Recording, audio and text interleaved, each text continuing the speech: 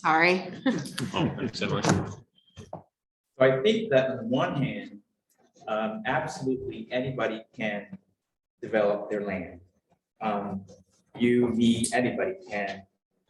And on the other hand, you have the growth management plan of the town, which sort of is developed or was developed to address the growth and the proportionate growth of services and infrastructures and around that, so that it's well planned.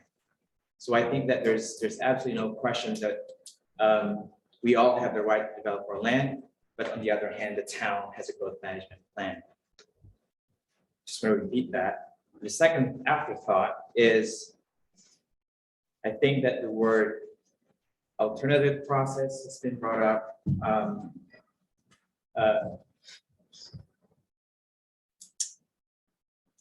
I think the reason why we're here is because essentially there is this project in mind that will bypass the growth management plan.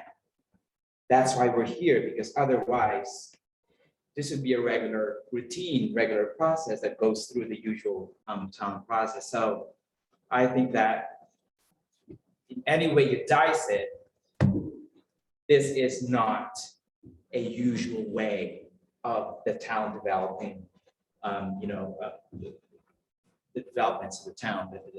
That's how it goes. So I just want to, I had to clarify that with myself, because then I have to ground every time we have these conversations about, whatever terminology you use. At the end of the day, that's why we're here.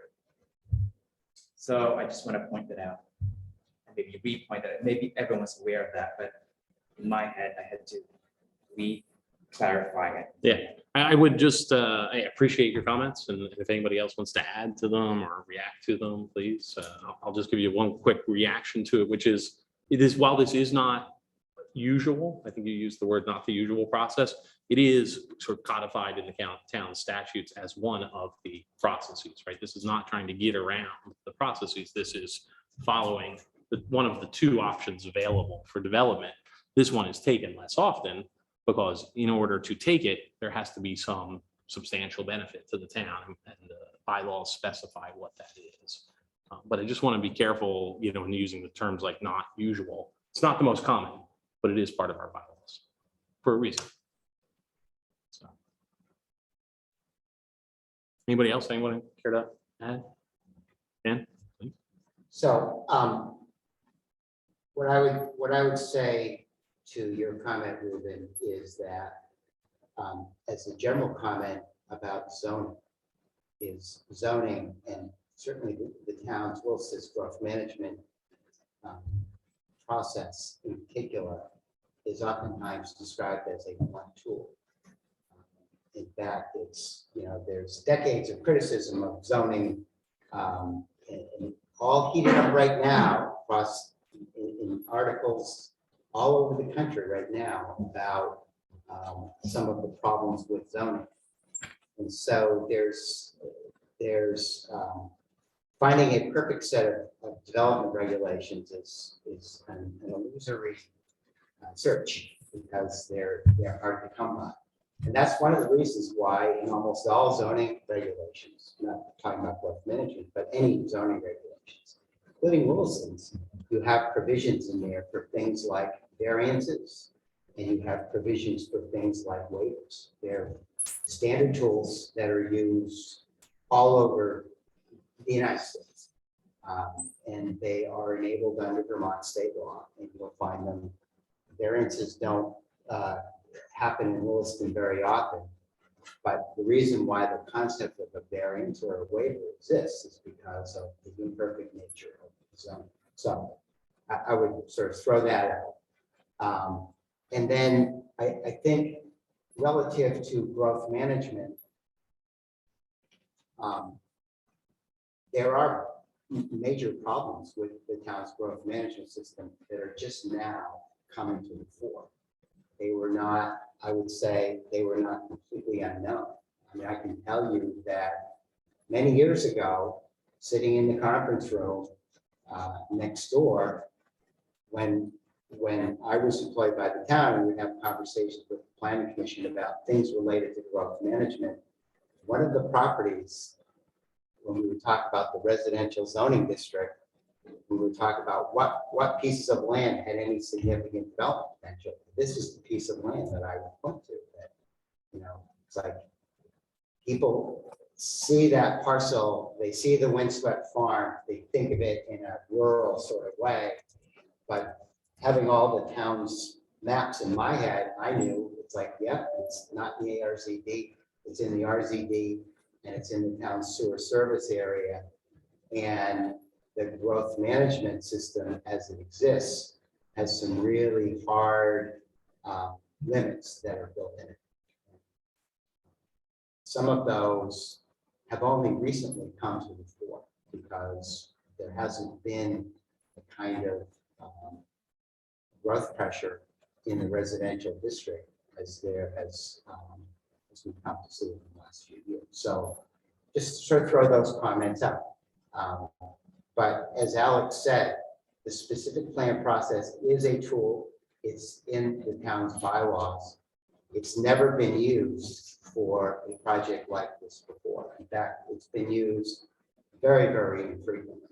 And I think part of the reason why is because it's a difficult process that's fraught with lots of risk that many, if not most developers are scared to you know what about, because you're going to navigate through 3 boards, not 1, but 3 boards, and there's no certainty for that. Just to demonstrate that you meet the town's regulations. So, so I think your comments are well taken, and I think it is important for the committee and planning commission, and hopefully ultimately the select board, thinking through why it is that this project is going through this process in the first place. So I just sort of throw out those. I would quickly add that that's way beyond our scope. We're not here to question growth management. The rules are passed to us as they are. Well, I was just, So- he was raising the Right. comment about the nature of the process. So, my comments were, directed towards that. Nothing. Anything else on this topic, or should we move to growth management's course? Emily, maybe you want to take us through the staff memo? Yeah, so the overarching question for tonight is, does the growth management submittal satisfy the planning commission's charge number 3?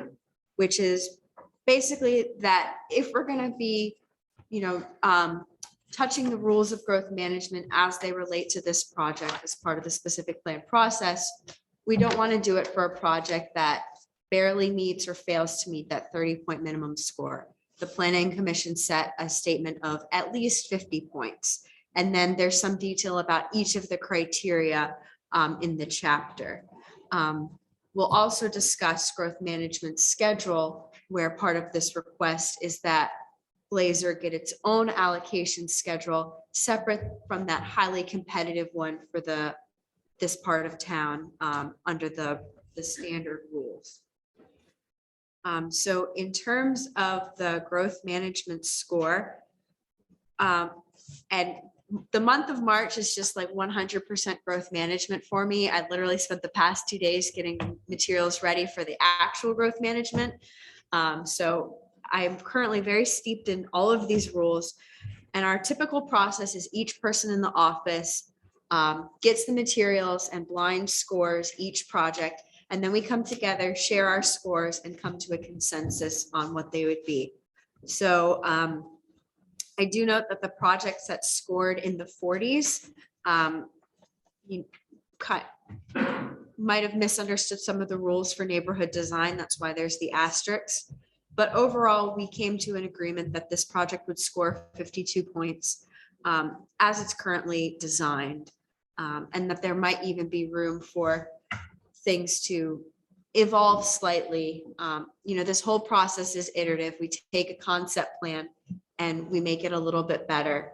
I think after last meeting, we got to a point where we kind of have the open space layout down, we have the street layout down, and now we're working on to that next iteration of detail. So as proposed, it would get 4 points for affordable housing. We're proposing 11 points for offer housing choice. Originally there were mostly duplexes and a couple singles. Now there's greater variety. They've provided information on the bedroom count. On neighborhood space, we're providing 7 points. They're planning for some gardens and/or the neighborhood building. Designed for context. This one, most projects always score 5 unless you were to maybe like slam an apartment building right up on the minimum setback. You might not get the full points here, but in general, it's a mix of single to multi-unit buildings in the residential zoning district. It's not eligible for points and build close to services. That's a geographic criteria that very few parcels are eligible for, just based on where they are in relationship to the village and growth center. Neighborhood design, 9 points. They get those bonus points because they're giving an open space asset and they're going above and beyond. So typically if a subdivision just sets aside their wetlands, it's not eligible for points, but because they're going to that next step, they get more points in this category. And then sustainable transportation, some publicly accessible EV charge and bike spaces, which might coincide with that multi-use path in the view shed area, which brings the score to about 52 points. And my summary is when each of the staff, when we were scoring the project, what we kind of discussed and where we see there could be some room for improvement, that kind of thing. Ken, do you have anything to add, or Brian? Good so far. Okay, does anybody on the committee have questions? Staff, the applicant? One thing that I would just add is that the applicant submits an application, which is what we did as part of this exercise. The staff would review it, and then the staff proposes a score. Emphasize it's a proposed score. Ultimately, the score is determined by the DRB. And as Emily mentioned before, most of the time, the score that's proposed by the staff will be the score that will be approved by the DRB. Occasionally, the DRB will adjust something by a couple of points. I think last year I problem for a few extra points in the cat amount and didn't make any difference in the allocation schedule. But ultimately, scoring is decided by the board. It's proposed by the staff. Right. And I would say that, as mentioned earlier, that we're looking to bypass growth management. We're only looking to bypass a certain part of growth management. The actual delving out of the allocation through the competitive process. Part of the growth management process is these 9 categories, making projects competitive. Now we're being competitive against a 52-point score or a 50-point score that was asked for. We're not necessarily being competitive against other subdivisions in the RZD district, but just looking back at the past ones, like Northridge was 48, Trinity was 35, Catamount, an unprecedented 68. I think Last year, maybe it was 71. Yep, first 68, then 71. Okay, those are the Yeah. points Ken's talking about. And Scott Mishad's project off Mountain View is 35. So other than Catamount, if we were being competitive against the other developments, we would be a very competitive project within the growth management system. And we do expect to be, even though we're asking for, and it will, I'm sure we'll get into it, we've changed our ask from 25 units over 4 years to, I think, 18 over 6. So we've even pulled that back a little bit more, and I'm sure we'll get into that as we go. But we're not asking for relief from the entire growth management system, just a piece of it. We fully expect to be held to what we're committing to do in each one of these categories if we do move forward. Overview, clarifying question. Yeah, When I look at the table, I was just attracted to the criteria that had the most variability, right, amongst 5 people. And I kudos to the town for having 5 people independently score that, because in my role, we only do 2. So with 5 people, you see the third criterion stand out, and perhaps the 4th criterion, and then let's not count this 8th criterion because of the, they didn't award points despite eligibility, so I'm gonna take that out. So my clarifying question would be, with the narratives that's underneath here, the next page over, was that the nature of the conversation that the 5 people had? Just for me to clarify that. I would say it's the output of where we think things are and where they can go. Some of the, the variability in 3 and 4, if you want me to touch on that one, I'm going to jump down to what the bylaw says for offer housing choices. So categories like conserve energy, affordable housing, sustainable transportation, it's all quantitative. You meet this percentage, you meet X number of this, that it's pure math. Offer housing choices, what the bylaw says is 1 to 20 points, depending on the range of housing options proposed.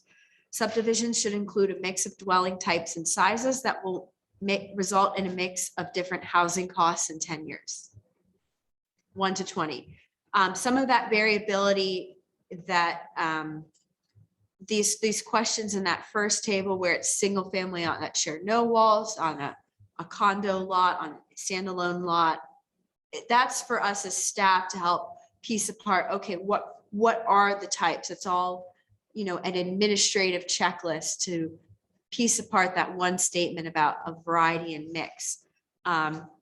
In general, this criteria, the past precedent has been to think about it in terms of the context of the housing stock that's available in Williston, which is primarily larger bedroom count, single family homes. Is this adding to that overall mix? And then there's also precedent in thinking about this criteria as the mix within the project. And how each staff person perceives that, and then how ultimately the DRB perceives that. It's 1 to 20 based on a very qualitative statement. So those categories are some of the ones that do have the most variability. Neighborhood space 1 to 10, depending on the size, diversity, and functions and other characteristics of the spaces. So for example, we've had a project in the growth center where they were converting an existing office that already had a kitchen for the office into an apartment, didn't need any physical real work. They got 10 points for putting in a picnic table in the backyard. Whereas a project the size of like Catamount got full points or 8 points or something for a community building and a pool and a playground and gardens, like really a lot of infrastructure. So it really just depends on, the scale of the project and the scope of trying to keep all those factors in mind. Is that Process addressed? question, sorry, I was gonna ask a different question. Please. Okay. It says the planning commission charge 3, growth management achieved 50-point score. If this meets 50 points, do we just say, okay, it met that? Like, is there anything to discuss? I mean, it's up to all of us to decide if what we're gonna send back to the planning commission is, one, something we approve of, and two, something we think the planning commission will pass, right? I mean, I don't want to send something back that the planning commission is gonna pass. And like, for example, if you look at this thing and you're like, wow, they're just meeting the bar on all 8 of these criteria. Yeah. Don't feel good about this process, you have the right to vote against it. Yeah. Right. And so I think that's a very subjective question, right? Like, we could send it back with, in the staff memo saying it only had 45, but we thought it was good. Right. What the planning commission is giving us a direction to say, hey, let's make sure it meets these criteria as well as possible. 50 seems like a good target, for example. So I would also add that, and echoing from what Ken said from his time as the director of planning and zoning, is that the board that I sit on, the DRB, generally does follow the staff's scoring. Not always, but generally. But I would add that in this case, I would suggest that we all go through each individual section. I'm guessing Alex is going to do that anyways. We all go through each individual section and talk it out. And there are some scores in here that I don't agree with. But it's, and I have a vote. We all have a vote. And it's up to the board. We do not have to follow this. You can set it up. You can score it any way you want. I mean, assuming you can back it up, right? You have a rationale for it. I would suggest we talk it out, in section by section, and then come to some form of consensus by section on how we feel about it. Yeah, Wow. okay, no, I agree. It was kind of just a process question, like, what, how we were gonna approach it. So I agree with that. I think we can do that. Yeah, I want to have as much discussion as it takes to make us feel comfortable that we understand the scores and we feel like this meets the spirit of the charge, Mhm. right? Yeah, and I think in like the back of my head, sitting in the meeting where this process got kicked off, we had a 3-3 vote or whatever it was. And then Megan was like, I really think this could be something special, and, voted for it. And so in the back of my head, I'm like, okay, that they want to see, like you said, if we come back just barely, that may not be in the spirit of how this got kicked off. So I'm with you there. Well, I'll take your suggestion, Scott. Why don't we go through this section by section and just see if there are questions or comments that people would like addressed specifically about each section? Why don't we start with the housing choice? Sorry, And Emily, let me just ask you one quick question. Where it does say staff 1 through 5, was this put together by, were those staff scoring by our staff, Yep, by town staff? yep, me, Matt, Melinda, Simon, and Andrew. Okay, all right. And before we do that, I do notice that Ian has his hand raised on Zoom. Thanks, Want to Emily. do that question first? sure.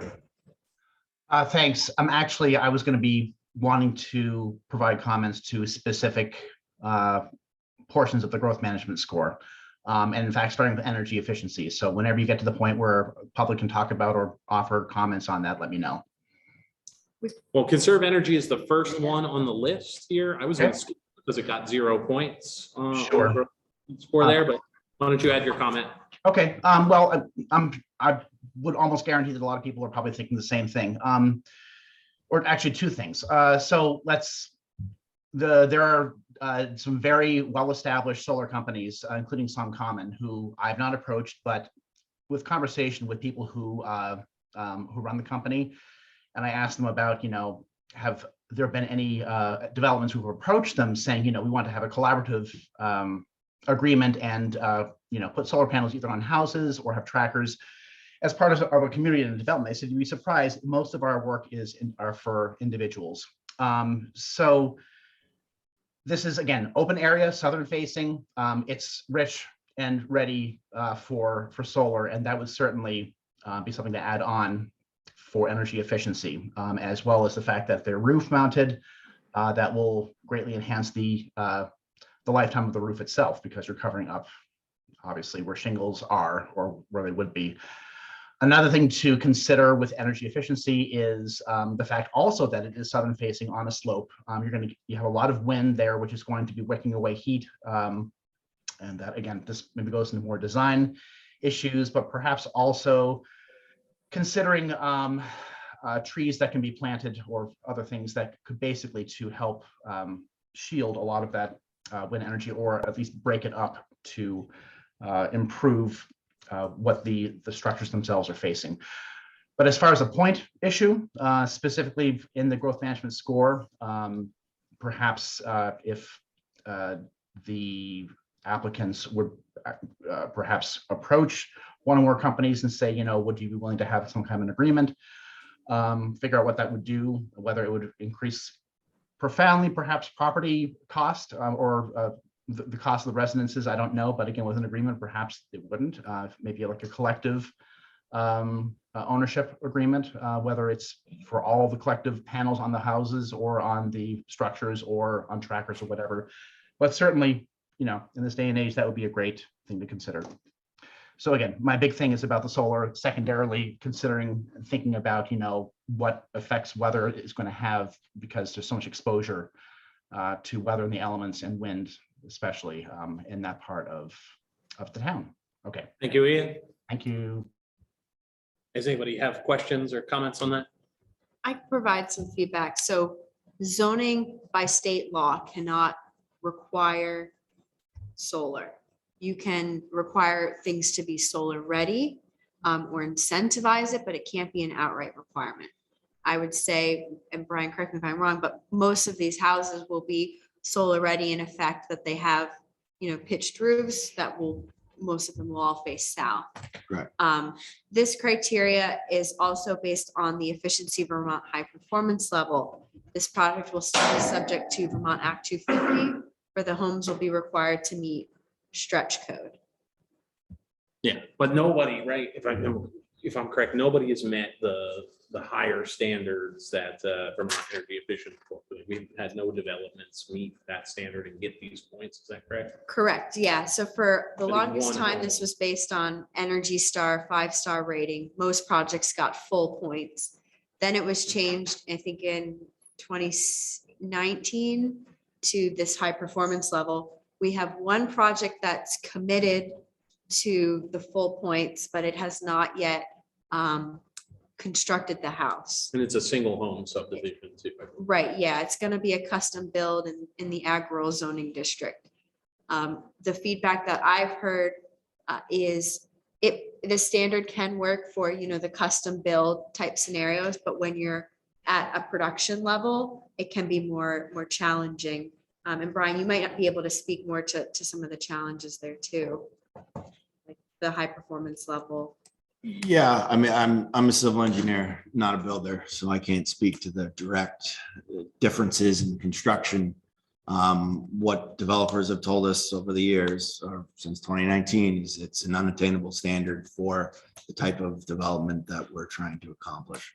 I think it speaks a lot that even a project like Catamount that has the highest score ever obtained through the growth management process still had a 0 in energy conservation. So, and I think I spoke about this the first meeting. I don't mean to beat a dead horse here, but the energy stretch code that's required through Act 250 isn't a joke. It's a very high, very efficient standard. It just doesn't allow us to score points in growth management. And this standard is pretty specific to the Efficiency Vermont high efficiency standard. The comment the gentleman made about solar panels on every house, even if we did do that, we still wouldn't score any points in the conservation category. It's a very narrow focused category that's specific to that, what we feel is an unattainable standard. Great. Any other comments on? Well, I have a related question. If you had an individual home buyer who wanted to, you could always buy upgrades when Of you buy a course. new house. Yep. Is there an option? Of course, yes. If someone came to us and they said, we're willing to pay to have my home meet the standard, absolutely. if a homeowner came to us and wanted solar panels on their roof, that's usually done through a third party, but absolutely, no problem. I think, like, and this was a few years ago, the difference between like a conventionally efficient house and something that's, net zero or whatever, was like a 30% increase in cost, which is not insignificant. So I don't know if that margin has gotten bigger, but as we just talked about the cost and affordability, some of these things can be, they're kind of going in. So it's, I think if you scored points here, the commission would be thrilled, but it's gonna be, I think it sounds like it's gonna be costly, which is, gonna hurt you in another category. It also is, it starts at 50% of all units meet the efficiency Vermont high performance standard. So we're at 106. And the 50% is worth 4 points in the scoring system. So an extreme cost for 4 points. Right. Okay. Shall we move on to affordable housing? Can you just remind us, Emily, what threshold did it have to meet to get the 4 points?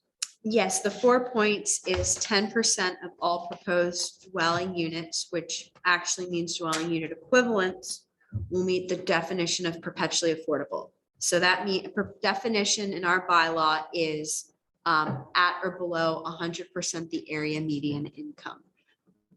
The higher point levels are tiered where they incentivize 80% and 120%. This level is that area median income. With 10%, so we'll have 11, 12 units of perpetually affordable out of this. Mhm. Okay. 106, so we'd round up to 11. Okay. Any questions, comments? I see Ian has his hand raised. I'm thinking, Ian, is that because we forgot the tree windbreak stuff? No. Actually, I had some comments related to B, affordable housing, as well as only because I have to leave in about 10 minutes in case we don't get that far on housing choice. So may I say just a few words? I'll try to be brief this time on this topic. So affordable housing, this is a difficult thing, and it's sort of related to the passion, which perhaps was a little bit too excessive in the letter that I wrote. The unfortunate thing is that there aren't really incentives in place anywhere for a builder to create affordable housing where the actual the profit for the property is so much greater. And I think that the applicant really, Jack, has really, and Ken, and the formation of this community really has struck a fine balance. And in addition to that, it's really an issue which I've also been discussing with the Planning Commission. We have the Growth Center established at Taft Corners, and I'm not saying that we should concentrate, huge numbers of population there, but let's just face it, where we're looking at in the geography of Williston is really not a central location to support a high density housing where perhaps you're considering how people are going to get to and from the resources they need, whether you're talking about shopping or whatnot. Yes, there's walking paths to be able to get to and from school, but consider, the fact that it's still a struggle to figure out whether we're going to have mass transit come back at a level that's going to be efficient and also timely for the residential zone in general, but specifically here, how are people going to get back and forth to either the village center to get groceries, or if they don't have a car? And that's again, that typically is because that the car ends up being the second most greatest expense next to paying for either a mortgage or for rent. If there were incentives that the state would offer, and this is part of perhaps the bigger picture, to developers or to landowners saying, look, if you provide affordable housing at a much higher rate, we are going to give you incentives, give you like actually give you money for it. I don't know exactly how that could possibly work. But the point being is that when you talk about affordable housing, it really ends up being where you have to increase the density of a given development in order to be able to make it economically feasible for the person who wants to develop it. And that's just something we have to face. I think that as it stands, it makes a lot of sense to have it as it's currently structured. And this also relates to number C, which I, again, may not have enough time to be able to participate in. We have to consider whether the neighborhood is going to be in character with current developments. And I don't mean to say that it means it's exclusive, where everything is an expensive house, or the value of the house, or a certain amount of land around each house. To plunk down, in my opinion, a development where you have high density in the middle of low density, just, I don't know exactly how that's going to adapt to the character of where this is, because even though this is the residential zone, this is still very much a rural part of Williston. We have a very quick change of character between Taft Corners and the residential zone.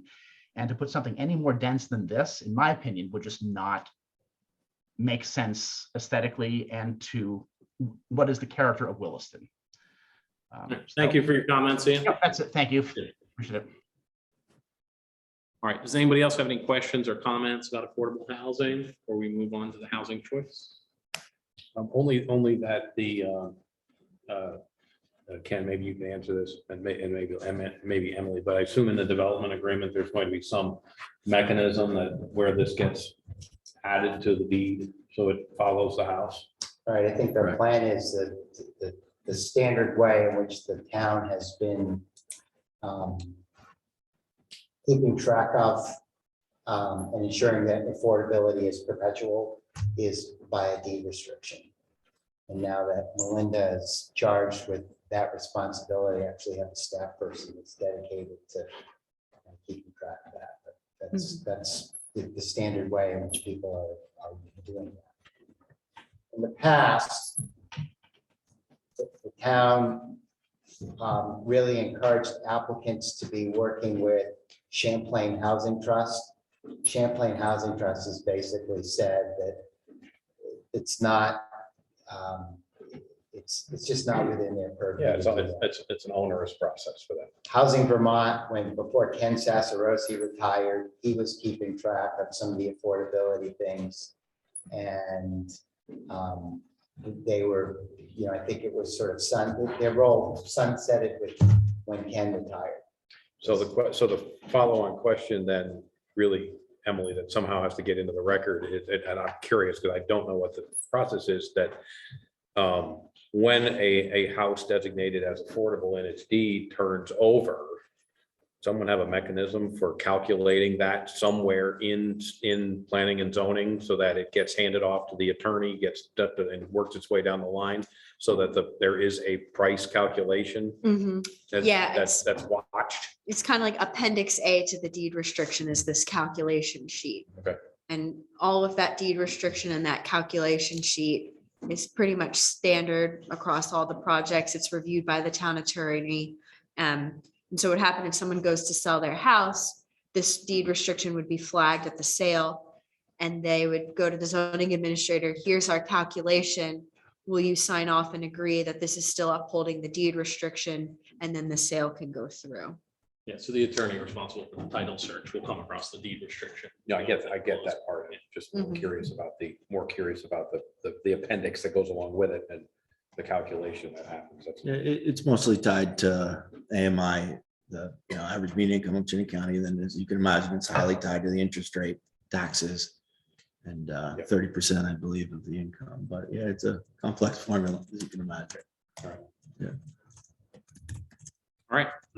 1173 offer housing choices. This is the one with a highly variable score, as Ruben pointed out. Any comments, questions? So that paragraph at the top, it looks like some of you either have your laptops or printed it out. This criterion encourages each subdivision to include housing options for a broad spectrum of household types and incomes, both owners and renters. The goal is not merely to promote affordability, but ensure that limited housing choices do not result in a community with limited cultural and social diversity. So the applicant's proposing some traditional single-family dwellings on individual lots, single-family dwellings on footprint lots, attached units that will vary from 2 and 3 unit dwellings. And the standalone lots will be ADU compatible if desired by those future owners. At one point in time, did you propose 1-bedroom units? No? No. Okay. Yeah, there was some discussion. I think you actually raised the desire to have some 1-bedrooms, but I don't think it was ever on the plan. The only question I saw in here was about the number of stories, the variety in stories. There's a variety of bedrooms and dwelling types, but are they 1 or 2 stories? So the bedrooms primarily are 3. Stories will be 2. Our original plan had some single families that were along Mountain View designed to be at a lower level to conserve the viewscape. What we've done is we've shifted those further and extended the view corridor. In order to get a denser, more housing mix, we've made the footprint smaller. We've added triplexes. The single family lots, even though you think of a single family lot being a larger unit, they're only 60-foot wide, 10-foot setbacks on each side. That's only a 40-foot width to build a single family house. So these are essentially what we usually call a carriage home, but they're managed differently than you would expect a condo on a single family condo. You know, you can put up a fence, you can manage it as it's your own property. But I just want to draw that 90 of our units approximately are in the duplex and the triplex unit types. So of the 106, so overwhelming majority are towards these multifamily unit dwellings, and it ties to the affordability conversation where before we had larger, more expensive 90 duplexes. Now we have much smaller 2-story, less expensive duplexes and triplexes. So we're contributing our piece to the affordable deed restriction, but I think we're really contributing to what I would say is missed a lot is what I would consider more affordable housing, or the missing middle, I think it's called now in planning circles. So I just wanted to. Yeah, in the staff report, 47% of the homes are duplexes, 37% are triplexes, and only 16% are single unit homes. So that's pretty broad range for a growth management score. Yeah, it doesn't reflect in the affordability score because the affordability score is only about the perpetual affordable houses, but it's a very good point to make. Thank you. But everything's 2 stories. Yes. Yeah. The single families on the lots could potentially be single story, first floor master is pretty popular now, but I would expect primarily with that width them to be 2-story. And Ian brought up the point about fitting the existing character. I'm not sure that's like directly in our charge, but I think Creek's Edge is probably the most recent one to go in and kind of this box. And is that, I can't remember, are those single family or those duplex? Does anyone know? It does both. There's a mix. Okay. There's even triplexes in there. Yeah, a couple triplexes. They're all condo, like footprint lots. Okay. Yeah, I think the multis are on the inside of the loop, I guess. Okay. So within this zone, there's already a development that is in this same sort of style. Yep. If you've seen the Catamount layout, it's fairly similar. A lot of multis, tighter. These units are spaced 15 feet apart. Our earlier plan had 30. Okay. So it will be a more dense layout. Which leaves more space. Yeah, It gives more open Leaves space. more open Yeah. space. This exactly. is consistent with what the planning commission has been pushing for a Yeah. number of years, which is for denser development that leads to more affordable housing, more variety of housing. Sure. Okay. Mhm. Yeah, thank you. The only thing I would add with this is I appreciate this housing mix, and I think it's important for downsizing too. When we talk about the mismatch, the report that just recently came out talked about this huge mismatch between our housing sizes and our household sizes. Mhm. So I think these kinds of units might encourage people to downsize and move out of the larger houses. But related to downsizing would be main floor masters that you just brought up. So the more main floor masters, the more that sort of senior appropriate housing. Yep, and then you get into larger footprints, more expensive housing, kind of builds on itself. But it's, if you live in Southridge and you're looking to downsize, to potentially a triplex in a neighborhood like this, it is nearby. Right, but if you're saying they're generally the 2 bedrooms are going to have a bedroom upstairs and then it's not appropriate for aging in Williston. So that's less Yeah. appropriate for downsizing. Okay, yeah, it's everyone's different for what they're looking for. Right Mhm. now, first floor masters are very popular. There's no doubt about that. Right. But obviously, folks are moving on upstairs bedrooms as well. But some of them would have first floor masters. I would imagine the single families would be more likely to have first floor masters than the duplexes and triplexes. We haven't worked out specific floor plans yet. We're Right. just trying to get a box in there to, determine and if a layout works with first floor master, then, and that's what the client wants, then absolutely. When you've made that comment a few times that, whoever's buying the house will have options to choose the layout, upgrades, et cetera. So, as long as those options are presented, that, would it satisfy, the option exists, and whether or not somebody buys that is sort of, Yeah. so. And I would recommend like where drawing the line in the sand, thinking about, an overall layout and then a footprint, like, is this going to be a true triplex or a single, is about as good as zoning enforcement should be. And then when you start going into this unit shall have a first floor master, it gets really challenging to administer. And the person who's buying that unit might want something slightly different that may not even entail like a permit change because they're just, it's still going to be a 2-bedroom home. So, yeah. Typically, when we permit bedrooms, we pick as many as we think we'll have. Usually it's 4. In this case, it's 3. And we work back from that because nobody cares if you do less bedrooms than you're going to say. But people do care if you build 4 because the water and sewer flows change. So typically we work at the max and work back from there. Yeah, I mean, the only thing I'll add, again, I'm very supportive of these mixed-sized units, and by the way, talking about them as triplexes or duplexes to me is meaningless. To me, it's more interesting to talk about the number of bedrooms in a unit. Okay. Because you have duplexes, but they're still 2 single-family homes, and so that's not really addressing this problem we have of overbuilding in terms of 3 and 4 bedroom homes. But the thing I wanted to say is when I initially looked at this property and heard all the concerns early on about traffic, if you're encouraging downsizing and empty nesters to move in there, then they're not going to be driving at 9 a.m. or at 5 p.m. They're going to stay out of that. So the more a community is geared towards those older buyers, the more you can address both the traffic issue and this mismatch in our housing generally in Williston. And I would add to that the ITE trip generation numbers that go into the production of a traffic study for a single family standalone home is 1.01. Okay, for multifamily homes, which would include a duplex, I believe it's 0.5 or 0.6.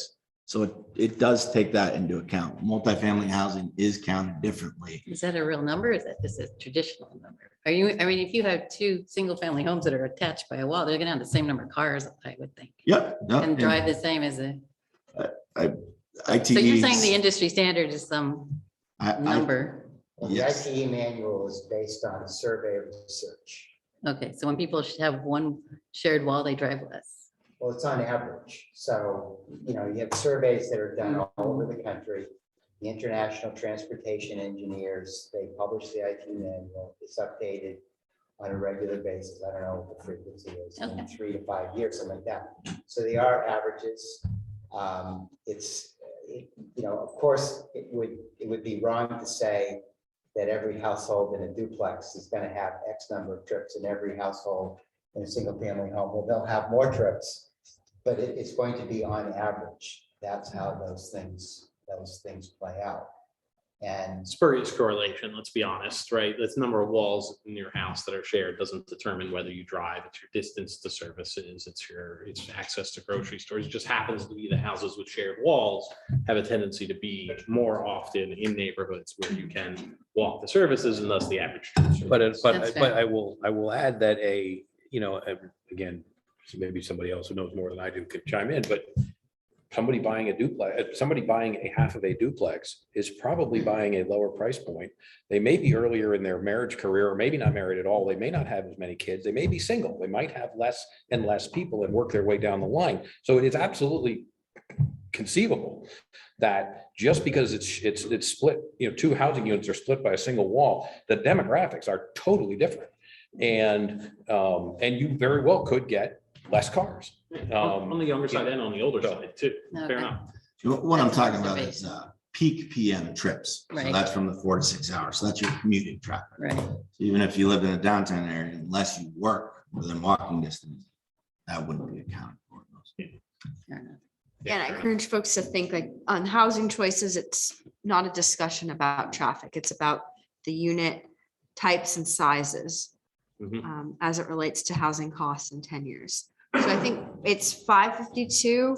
I'm in terms of time, I think, do you guys want to like each write down what you think this would score out of 1 to 20?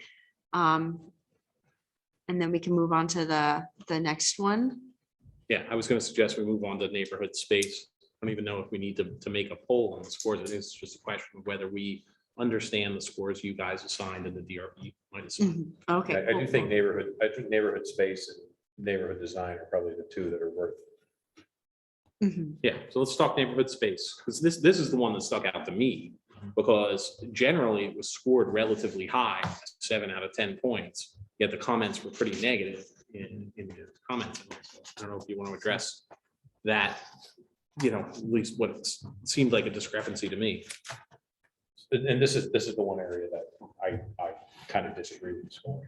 And, I think from the applicant standpoint that, and I will say that I agree with the narrative that I think some more time needs to be spent on neighborhood space. All along, there's been this long connecting path between the two different developments. And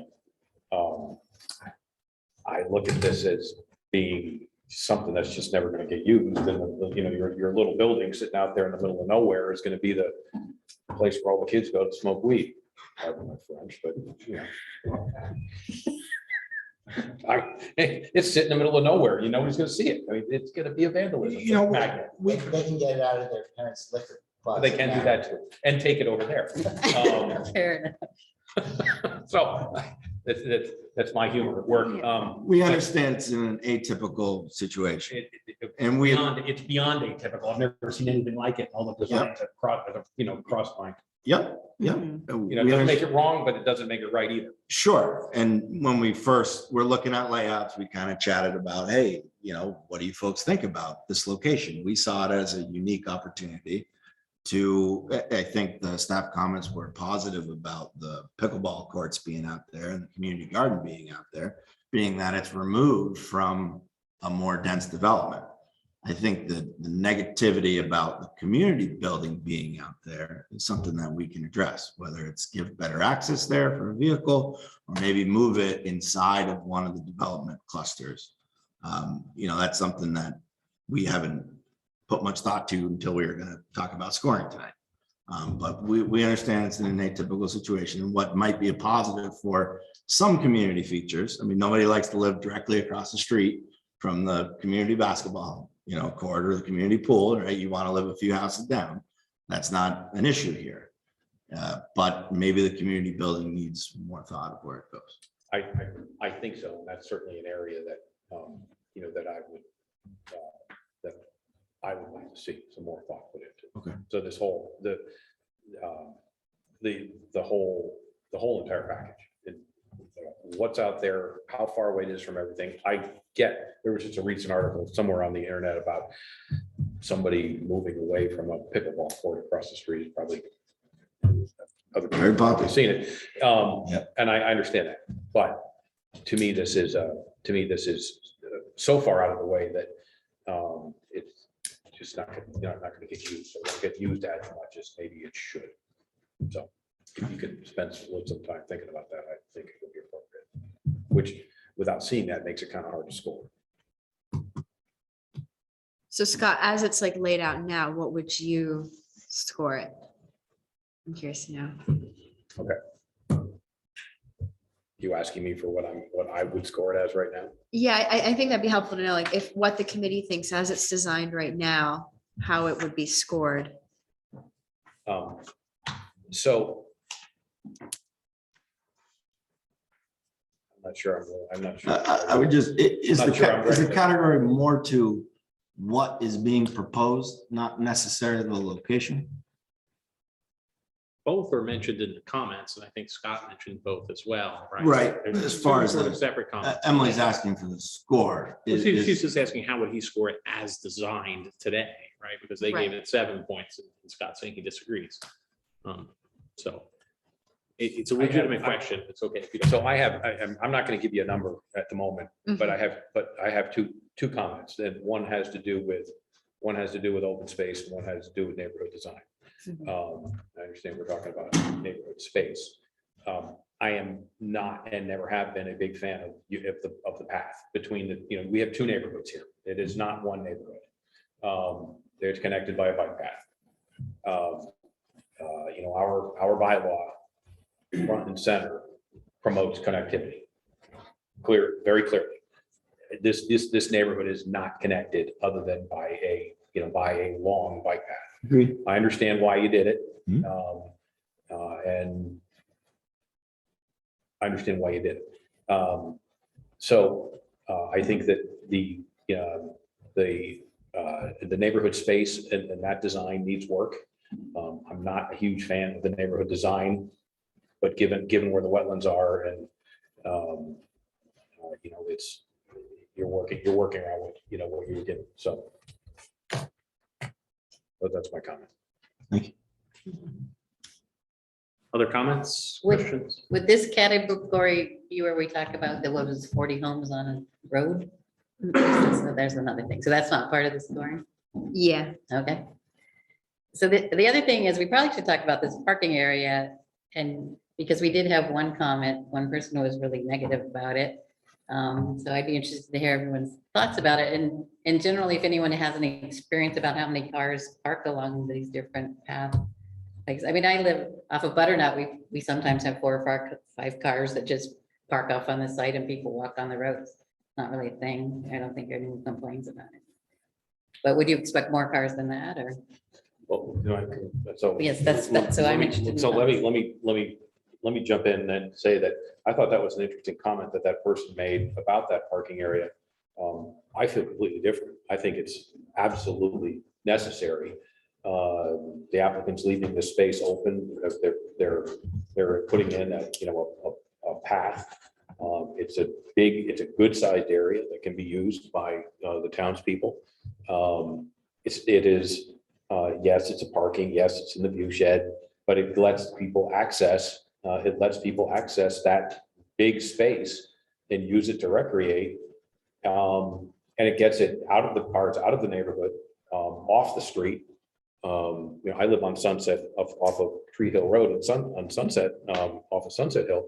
And we have people, there's a parking area for us, but people park on our road all the time to walk up to the top of the Tree Hill. And they're not supposed to, but they do. And here we are proposing a parking area to take care of that pressure, and I'm all for it. It's a good point. I mean, I've probably seen 10 cars parked on, there's like 3 legal spaces there, right? But there's probably, I've seen 5 or 6 cars overflow, so that's absolutely Yeah, a good this is a point. problem all across town is how much parking is available in relation to the rec trails, et cetera. Yeah. Mhm. I agree with your comments about. I have a question. Are you talking about 12 space scenic community parking lot? Correct. Just to- yeah, okay. the corner of Mountain View. Because I think the point of the gentleman was that if you have 12 cars or SUVs or whatever big cars you have there, and you're trying to preserve the view, So that might block part of the view when you're driving off Mountain View Road from Wilson Road, from the way. So would it be possible, and I'm still trying to digest, you know, what really is the purpose of this and the walk and the path, unless you connect it to somewhere up or somewhere down, then it becomes a well. Which I will interject, but that is the point, is that you build paths when the land is presented to you in the development process. So you don't get to build them all at once. You build them parcel by parcel by parcel as they come together. Right. So it's like a jigsaw puzzle. So it is. Mhm. Yeah, Big jigsaw puzzle. okay. So what's the possibility of the 12 space parking lot to be south? Hold on, be north, right? We're in the North. So what's the possibility of it being relocated south of the path? Mhm. So closer to the neighborhood? I think we could move it where the path is shown now. Could we swap the two, more or less? I think that's something that we could consider doing. It's about 10 feet lower than Mountain View is now. So if you're driving by it, I cars, realize that, you know, if you start shifting it to the south, it's gonna put it in people's backyard. if we shift it further south, it'll be lower, but then it's closer to the units. So it's kind of a, Yeah, this would be a spot where we're taking a detail and kind of going into the engineering phase from concept to engineering. And what the specific plan could say is that these details be worked out at the development review board phase to minimize impervious surface and impact on the view shed, because depending on where that path alignment might end up being, the path could be closer to Mountain View, it could be farther away. And then the parking, there could be options like it on street along that proposed road, a smaller parking lot. That configuration with the swoop might not be something that the fire department would like. So leave that design of the specific configuration and location to the development review board, but keep that overarching intent that we don't want a giant parking lot in the middle of the view. We kind of want it off to the side where it's convenient. Maybe it's small at first and there's opportunity for, you know, more spaces to be added if the demand is there, and give that discretion to the DRB, because that's when all the engineering will decide where works. But I think those are all really good points Very good point. to be made. Could I comment just about the view shed? So I think it was one of the early meetings with the planning commission. We had submitted a graphic that David Burke had prepared showing the lines of sight of the view shed. And so we're looking at the same thing here. So this being Mountain View Road right here. And my recollection was the primary view shed is the view of Camel's Hump. And he had a graphic that he had prepared showing the lines of sight.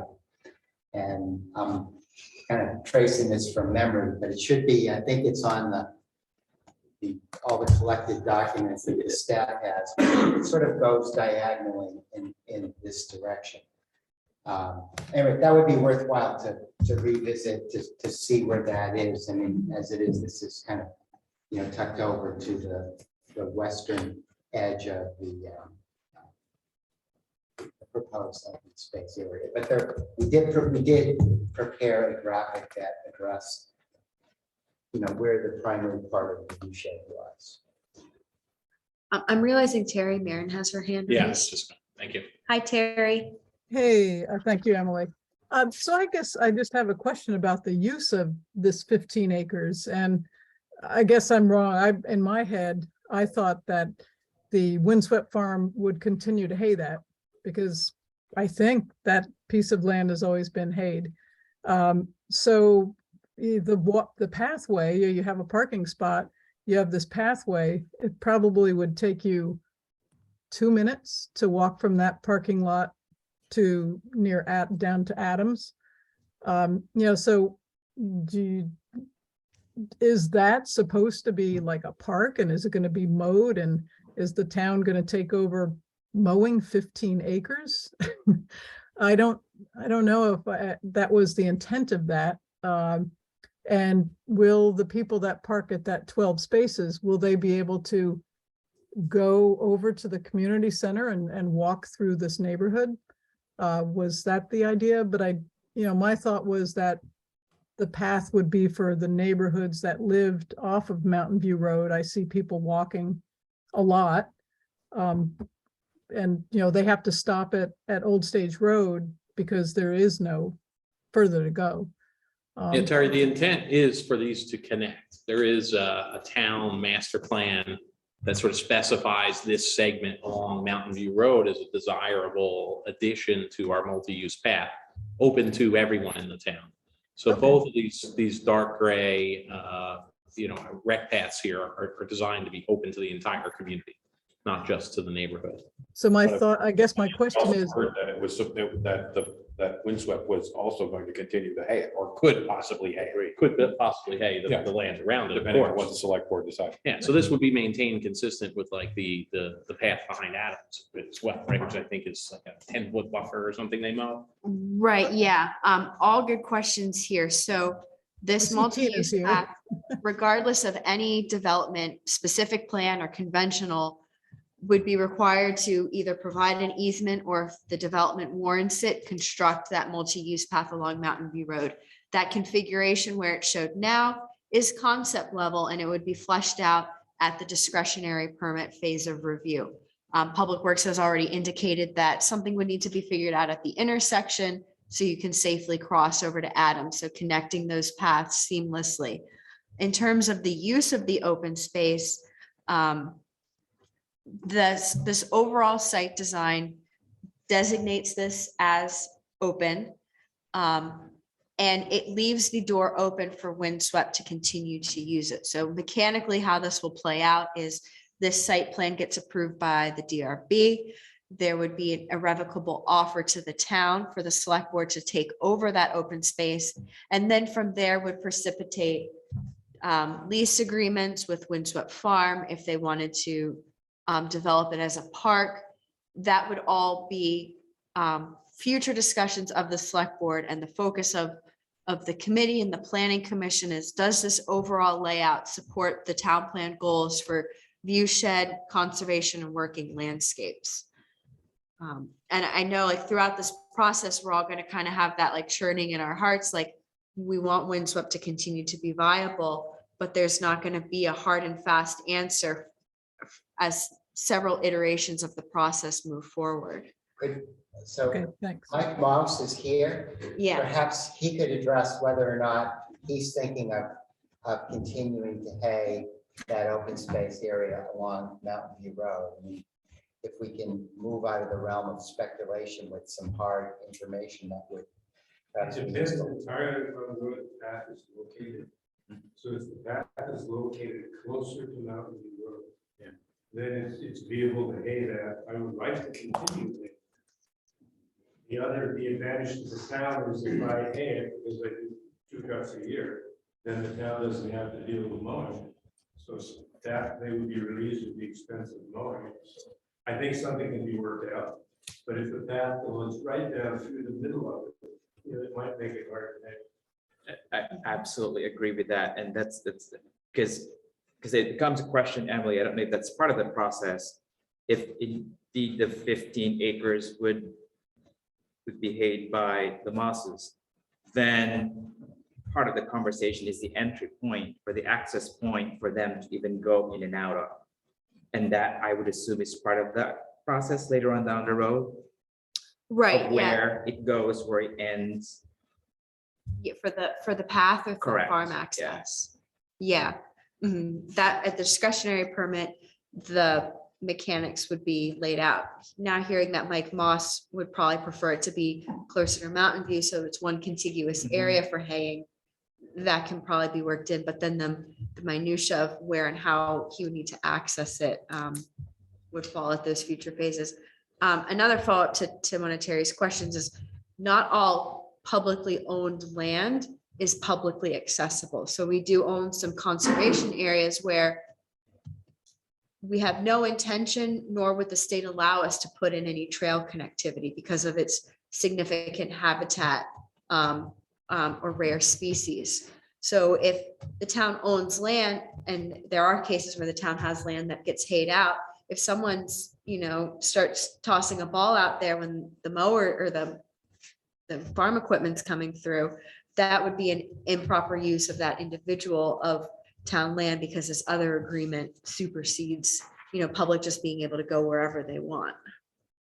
I have one other related comment, if I may. Given the slope of the land, if the path is closer to the road, you have a better view. If you drop it down to the middle, you'll just see the trees, you won't see Hamilton. Because you'll see the tree line that runs along the state road. So if you want to maximize view for people walking the path, it needs to be at a somewhat higher elevation than is shown in that map. Yeah, and one thing eventually we will need to schedule is a site visit, before we wrap up our work to the planning commission. Conditions are a little tricky out there right now, but probably more like end of April or May, we'd be able to go out and, maybe walk that potential route or something. Yeah, I've been trying to put that one off till it's a little warmer and a little less mud. Yeah, where we don't need snowshoes or skis or muck boots. Definitely one month. In the interest of keeping us a little bit on schedule here, we're at 6:12 already. Are there other questions or comments about anything within the growth management scoring? And we sort of jumped around between paths and trails and neighborhood design and open space here. Other comments from the committee or from the public? I think Terry has her hand up again. Terry, did you want to make one additional comment? Yeah, Emily, could you go back to the very first one? I just had an afterthought about energy conservation. And am I correct? Gary Hawley isn't there tonight? Correct. Gary's Okay. not here. So he did mention on a previous one about the energy efficiency, or where you were talking about the solar panels, how it doesn't save the builder money to build a house that's energy efficient, but it does, in the long run, down the road, 10, 20, 30 years, it does save the homeowner money in heating and cooling that house.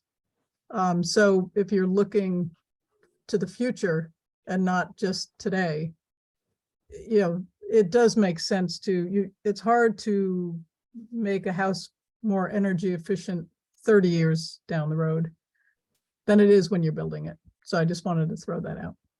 Thank you, Terry. Anyone else? Additional comments, questions? Just on the neighborhood design space, or the neighborhood space, echoing what some people already said, is I thought that staff provided a lot of good feedback for tweaks and adjustments, and I think that would go a long way with, with the design. So I just want to echo that.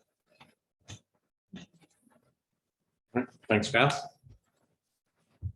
All right, should we wrap up this section and move on to, does anybody want to review the current growth management allocation schedule, the schools data? There was a memo in here. Emily, do you want to give us a really quick overview of it? I know it's not light reading. Yeah, I will do a very quick overview. Lisa, I saw you nodding your head. You want to review this? Yeah, no, this change, item number 4, growth management allocation schedule, absolutely, I want to go into. I mean, if there's found allocation, why is this place to put it? I guess is my overreaching question. Right, so the charge is about the allocation schedule, so the number of units per year. Townwide, there's an 80 unit per year growth target. Most are in the growth center, some are here, and then the fewest are out in the ag rural part of town. I did an analysis of the past 8 years, FY 2016 to 2023. And I created a table that I call proof of the poof. So over the years, sometimes with the 10-year rolling horizon, a fiscal year falls off every year and one's added. And if not everything in that table was allocated, that growth target wasn't met in that fiscal year. There's also cases where projects build fewer units or don't build any of their units at all, and those also go poof. I And what I found was that about 140 dwelling unit 142 dwelling unit equivalents were not utilized.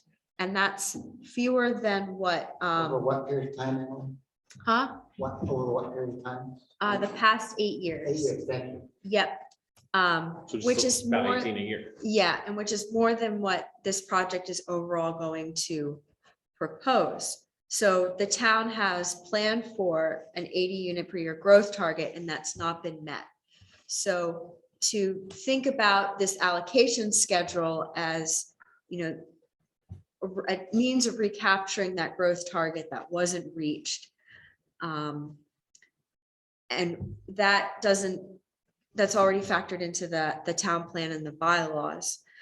I had another point I wanted to make and I totally blanked on it in terms of growth management. Oh, so, you know, we do want most of our growth to be in the growth center. And this would be taking some units that went poof in the growth center and putting them in the RZD.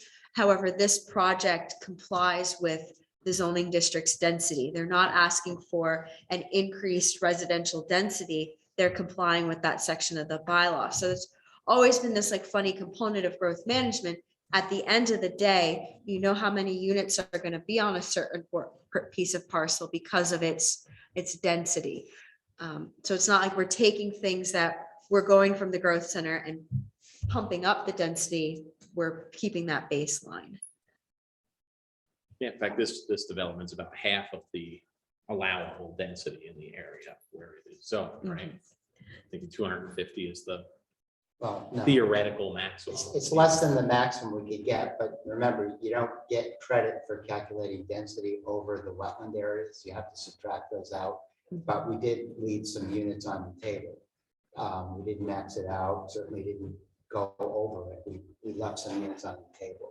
130 was the max. What was that? 130 was the max. 130 was the new. Using max with the 3 revised units an wetland. acre. And just a point of clarification, the person submitted a letter utilizing the wrong, utilizing that much higher number of potential density. If you're reading the letter, it's incorrectly calculated. My guess would be when growth targets were looked at and this parcel may have been brought up, I would imagine that the density would have thought to have been way more than 130 before wetlands were delineated. Would be my Yeah, guess. that's what I think. If you just drive by, it's all, hey, wetland delineations have gotten harder and harder and harder to get by over the past 10 years. Targets were set long ago. I would expect that it would have been thought that it was significantly more than 130. Well, the targets, I think, as I always understood them to be, the targets were not so much how many units were going to be on any given piece of land, but was about what was called phasing, which was what growth management was called years ago. When I first started working there, it was talked about as phasing. And it was the idea that that the town had some sort of a mechanism so everything wouldn't be built all at once. So, there was some effort to modulate how many units would come online at any given moment in time. Now, in addition to Emily's analysis, which basically shows that the DRB is giving out units of allocation on an annual basis, but over time, not all the units get built. And if you were to look back more than 8 years ago, and if you were to look at, there's some data that I pulled together a number of years ago, you would see that you would have to go way, way back in time before there was a calendar year when you had more than 80 dwelling units a year to be built. So in fact, what actually gets built on the ground tends to be significantly less than what that maximum cap that's in as a target per se, that's in the town plan and embedded in the bylaw. So. And the farther you go back, so larger projects like Cottonwood actually had to get its allocation originally expired and it had to come back. And even I think Finney Crossing got allocation, it lapsed and it had to come back. That's when there was more hard and fast expiration rules. So there's even these projects received allocation essentially twice.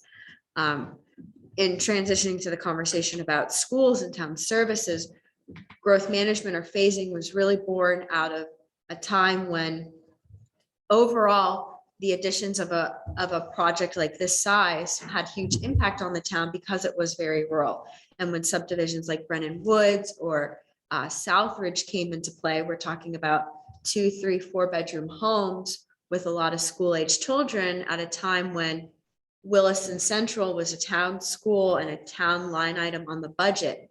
And the police department was the planning office, and EMTs were, St. Michael's College. And since then, the municipal services have expanded to be professional level. The schools are now a district-wide service. Sewer capacity, additional sewer capacity has been purchased, and the town has a way of managing that. So all of these mechanisms in which growth management was originally born have changed significantly, as well as the demographics of our population. I guess what I'd like to propose, because since we're almost out of time, is that we start with this next time, because the issue I have a hard time with is, and I'm just learning about growth management and I have to get up to speed quickly, but we have this 10-year growth management list. These folks want to go around it. And you're like, well, we found some units, but I need to understand what the impact is on the folks on the list. Because, for a builder, having to stretch out the length of time of a build must increase the cost of housing here a huge amount. So I just need to understand. I guess that's my question, and that's a big question. So I would propose we start. Yeah, and that staff recommendation is more of like a philosophical one to keep in mind. I don't think we literally need to pull those back in time and think about them to this project, but that overall, when you're thinking about the municipal services that are budgeted with this 80 units per year, we haven't been maxing that out in the past. And the second part of the question was about, Well, again, I mean, this is new to me, but if these are found and valuable to all those folks on the waiting list, and we're going to basically let these guys skip the line, I just need to understand that better. I'm not sure. Right. What is it you're trying to understand? Mhm. Okay. yeah, Maybe. that whole system would keep going. We in its own wouldn't take little- units from another project. Right. Yeah. Yeah, no, but I understand that. But the folks that use the typical process have to be part of the Correct. process. And a And big part of this application is you going around that. So I guess Correct. I need to understand if there's suddenly found units. Why would it necessarily go to? these? Yeah, but Right. I think Emily, made this chart for illustrative purposes, but they're not really found units. They just were never built. So we're not pulling them forward and using them and giving them to somebody. They just were never constructed, Okay. even though the town planned on 80 units a year, Mhm. but due to the vagaries of the economy or for a number of different reasons, they just didn't get built. So they go away. Yeah, I And remember. then this system that we're talking about here just simply allows them to, again, not circumvent, but stay away from the growth management system by simply going about what's prescribed in this specific plan. Right. And I remember where I was going to go on part 2 with that is, for a while, the growth management rules where you could only build that unit of allocation once it came online. So projects that got, say, many units over several years would wait until they were a certain part into their project where they had enough greenlit that it made sense to start construction, because there is great expense in construction that gets passed on to the final, home price. So we would see that lumpiness, there is this desire to have things very even, and that's kind of impossible to manage through zoning. So what we did was, rather than have that lumpiness be delayed, you get your allocation circle and you might not start building till the middle. The rules are that once that first unit on the table becomes available, you can build anything within your range. And then slow build would only start to kick in once those first units, after like 5 years, you would build on a slower schedule, because we're seeing these issues where projects would expire and have to come back, and the challenges there. Mhm. Quick question on that, Emily, for developments that got their allocation expired. Mhm. where do they go? Do they go at the end of the line again and come back and go through the same process, or is there an exception to that? Well, it depends whether the project had been started or not. Mhm. So If it's been started, assuming the project had been started, there's provision, the slow build provision in the bylaw. What it says today is that there's a, depending on the size of the development, there's a maximum number of dwelling units you can build per year as you would go off into the future. So the units don't really expire in the sense that they're all gone away. You're just forced into a slower rate of building the project out. And again, that's assuming that the project was started, and that was an outgrowth of projects that had gotten started and then stalled out, like, for example, because there was a recession. This happened back in 2009 and 10. It was a very precarious situation for a number of projects where they had allocation that, you know, I've got to pull this permit. If I don't pull this permit, I might not get allocation again for 10 years. And that was certainly one of the fears. So there's that slow build provision in there once the project is started. Right, and also at that time around the recession, it was a fixed 10-year cycle. So once that first 10 years started, that whole table would be wide open, but then it would get filled out very quickly. And now with that rolling cycle, there's always something that's available, but then there's also some stuff that falls off. So your yeah. net point's taken pretty well, though, which your net point was, this looks at the surface like we're gonna add 22% of use. But it really happens that we don't actually build everything that we've allocated through whatever complexities of this process. So this may end up being effectively net neutral to our targets. of Right. Growth management, you know, granted, it would still be an increase over what we typically build. It just wouldn't be an increase over our Or target. it just gets us up to the point, the amount that was planned for it. Yes, exactly. Yeah, and, That and new- Lisa's point about other projects, it's like these growth management rules as they're written would not change for the conventional development. So if they want to try to get out of the growth management process, they would have to provide a pretty compelling specific plan like one's here. And I don't know if, you know, anyone else is willing to rise to that challenge, especially projects that are already so close to getting all their allocation.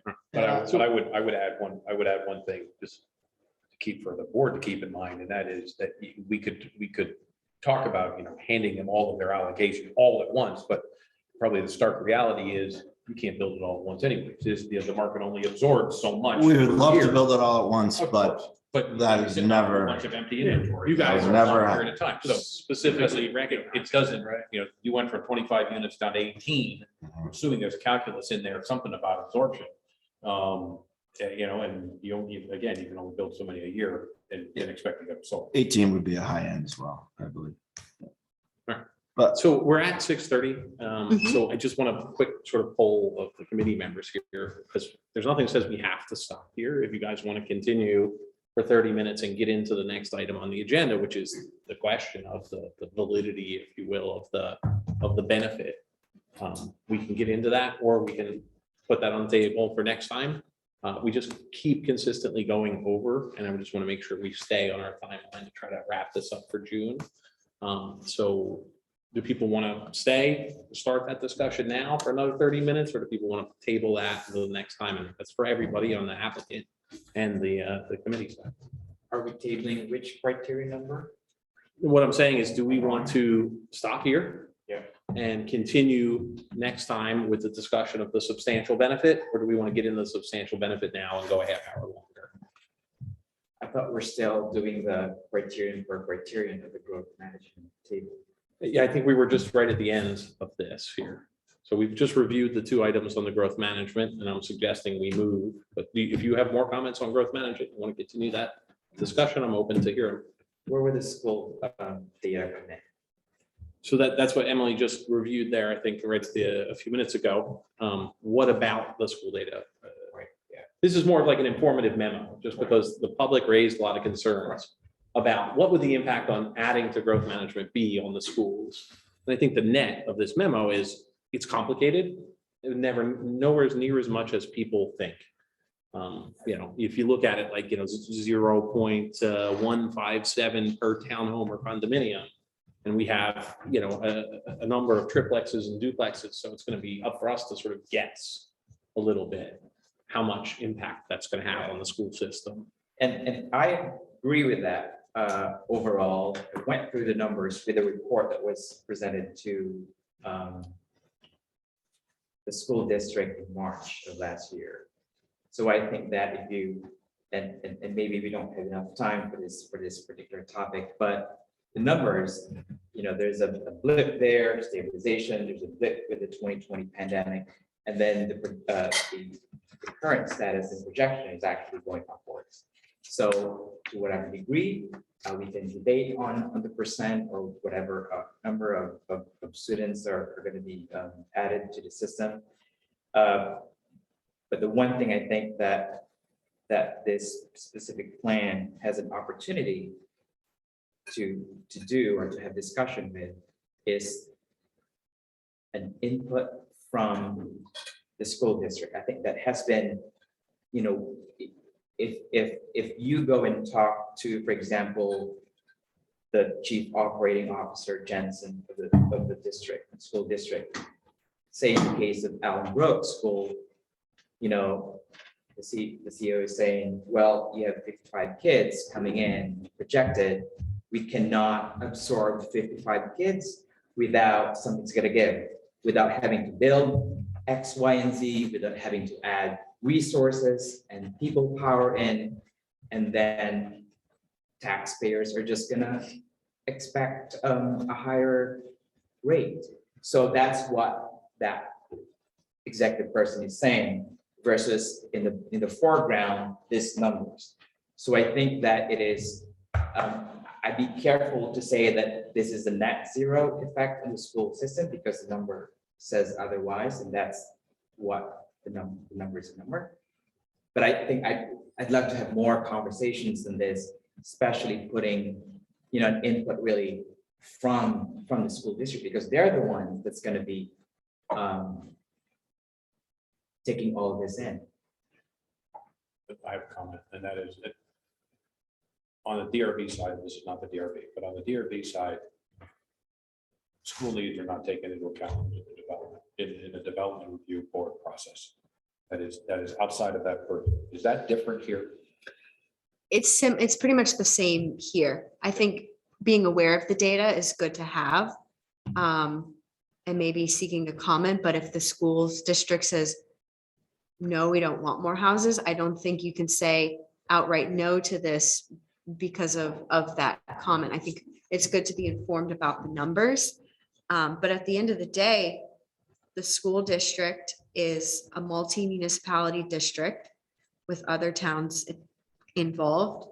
And it's their responsibility. They've done a demographic study to figure out what are their projections, what are their needs going to be amongst that entire district. So if, say, example, there was going to need to be a bond for an expansion or a new facility somewhere in the district, Williston could decide how it would pay for that portion. It could be a municipal bond and it could be through impact fees, but that would all be, predicated on the school district making its own decision about this is what we're going to do for our facilities and for our needs based on what's happening in the communities. But the school district can't say, no, we don't want any more kids. We don't want to have to do an expansion, change all your zoning so you don't do that. That's not within, their statutory authority. And it's not really within our authority. Process, Yeah. the development process within Williston does not respond to the school's needs.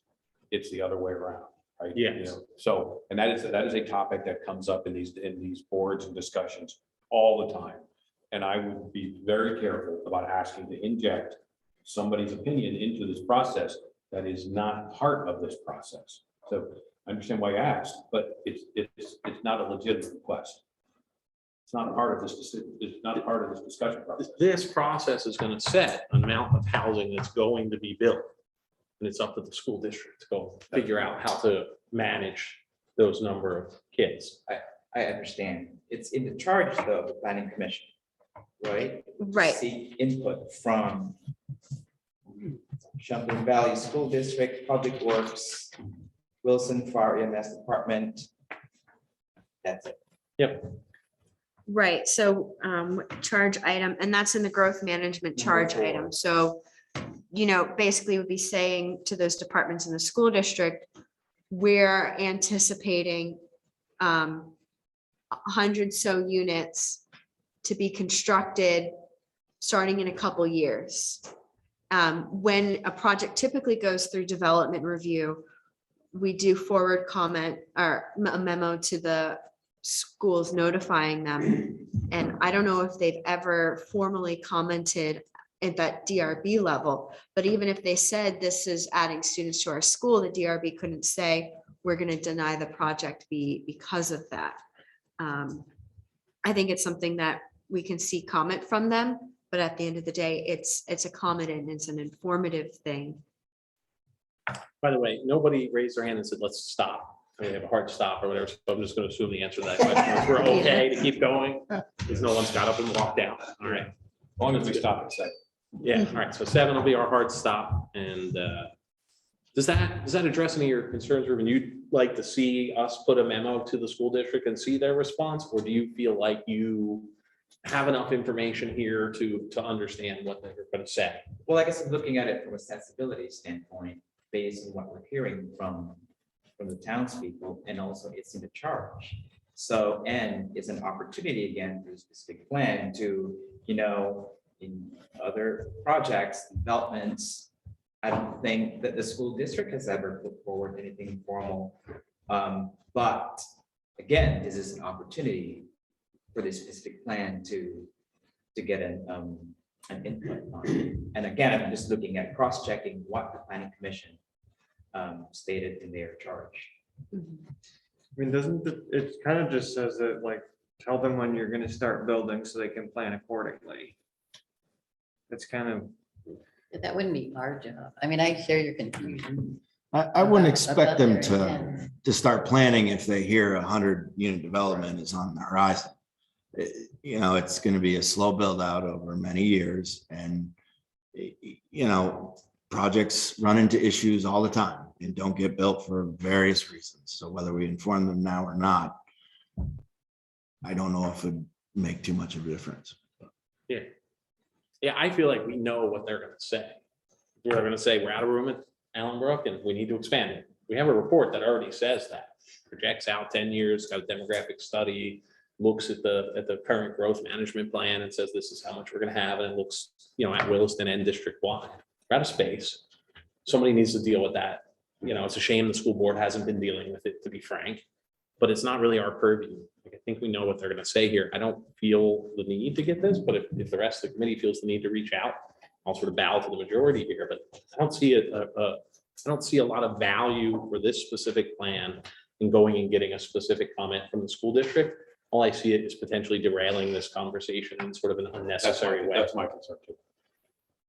So then my thinking goes into what's the point, right? So what's the point of reaching out, say, seeking input or whatever, however the planning commission phrased it? Is it just lip service?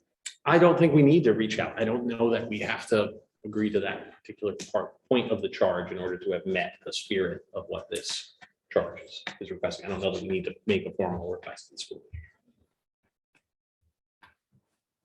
I think this is Still information confusing for about why you. it's in here, why it's in the charge. This charge was written I think quickly. that's a mistake, to be perfectly honest with you. I didn't write the charge, so we have to abide by it or contemplate it, consider it. But I don't think that should have ever been in it. I It's not their agree. place.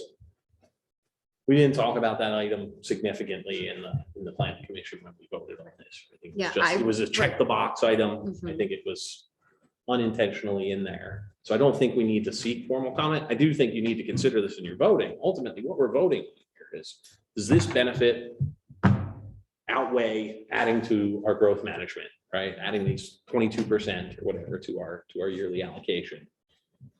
And what does the town get for it? Yeah, is the benefit worth it? And that's the question, right? That we're supposed to turn to next, which is the significant benefit, right? It's the next item on the agenda. Ken, you look Like like you you have a said, comment? I'll be very brief. So one way you could understand the language in the charges. So the committee looks at the data that the school system has provided. You didn't just assume anything, but here's some information that they provided. And it's consistent with a lot of long-term data that goes back decades in terms of school enrollment. There were periods of time in Williston's history where there were huge spikes in school enrollment. The Allenbrook School hasn't always existed. It had to be built. And there were impact fees that were assessed on a per house basis in Williston for a number of years until those bonds were paid off. But in more recent times, and we're going back at least 20 or more years, the school enrollment has been relatively flat, and there have been periods where it's declined and then it has come back up, but the long-term average is, it's not a steep slope. And I would say staff has pulled together the information and brought it to the committee. I would raise the question as to whether or not that meets the spirit of the charge. You have to look at the information. Yeah, well said, Ken. That's what I've been trying to say. Thank you. All right, any other comments or questions about sort of growth management scoring, or do we want to move on to talk about substantial benefit? Sorry, I do have a brief Please. question for the applicant team. Originally, it said 25 dwelling units over 4. It's seeing 18 over 6. Just brief comment on the why the change in schedule. I think it makes our request less. The more we can spread it out, the less of a request we're asking to get around certain aspects of growth management. That's one consideration. The other is we just don't feel we can build 25 houses a year out there. And we think 18 is a more attainable goal. I think it's definitely on the higher end though, what I would expect. So potentially it's over 6 years, but it could take 8 years to. Correct. Build. It won't be more than 18, given that number. But I would expect the market will determine how it gets built out, but it won't be any more than 8 over or 18 over 6. Okay. Right, I think it would be incorrect to interpret it as we're gonna build 18 dwelling units a year over 6 years, every single year of those 6 years. It's a maximum of what we would potentially build out. The reality is, Scott alluded to earlier, is that who knows what the economy is going to do next week, never mind next year. Whether it's interest rates or anything else, all of which affect or would affect the build out schedule. So I would understand it as we feel comfortable that no more than 18 per year allows the project to get built, but we wouldn't need it to be any bigger than that. But it's not a guarantee that we would build that number of units every single year. Okay. Any more growth management? And please don't, you don't have to say you're sorry to have questions, but I know I'm trying to move us along, but yeah. I want to make sure everybody's questions are addressed. Yeah. This is probably the largest particular topic to weigh against the benefit. All right, so last time, it sounds like no more questions, but please, we can come back to growth management if somebody remembers something. So last time we were talking, this question arose of just sort of the substantial benefit, understanding it, making sure that we understand the open space benefit of the view shed preservation, the windswept farm, the potential to preserve a working landscape, I think is the right terminology. And just the benefit to the town, right? So what I want to sort of do is open it up to the committee and to the applicant, make any comments or questions about the substantial benefit. And just, does anyone feel here, like, I'll start with a question to the committee members. Is there anyone here who feels there is no substantial benefit here, or a substantial benefit is significantly less than the ask that's on the table on those specific plans? Anybody who'd like to just start out by saying, I think this is the elephant in the room. yeah, I mean, this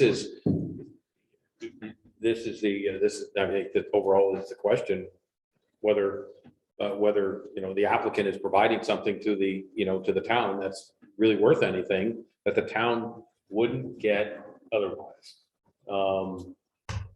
And I think that that's what needs to be hashed out. I mean, there's the applicant's going to deal with view shed. So there's rules in place that whether it went through the DRB process or it goes through this, they're going to deal with the view shed.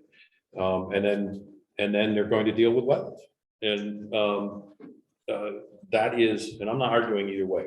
This is, I'm pointing out the way what I see here are the two salient points.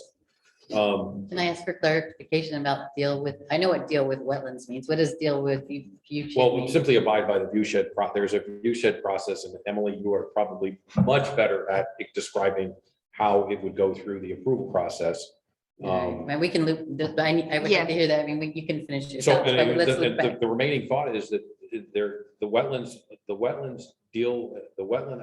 delineation determines where the applicant can build. That doesn't move. That is going to be determined by a state, a wetlands specialist. And that land that is considered to be wet is not going to get built on. In this case, the applicant is offering to deed it to the town. And the town would have, ultimate and forever control over it, and the select board could determine what they wish to do with it, whether they give it, lease it to Windswept or somebody else. Or the opposite side of that is they don't deed it to the town, and it remains part of a homeowners association, and it could be leased to Windswept Farm. So that, I mean, it's up to the board to determine where the benefit is there. I think that's it. Could I just make a quick, from the applicant's perspective, since you invited us to comment?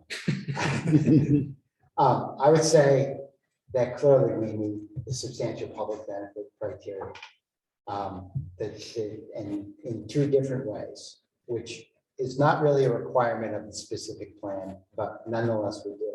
Number one is the view shed, identified in the town plan as wanting to be protected.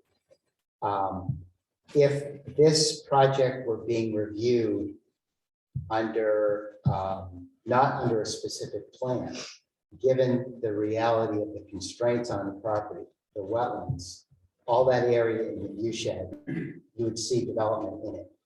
And so protection of view sheds is encouraged, but it's not required under the bylaw. So there's a protection that the town gets for this resource that's identified as important in the town plan that comes from the specific plan that you would not get if it were to go through the more conventional development review process.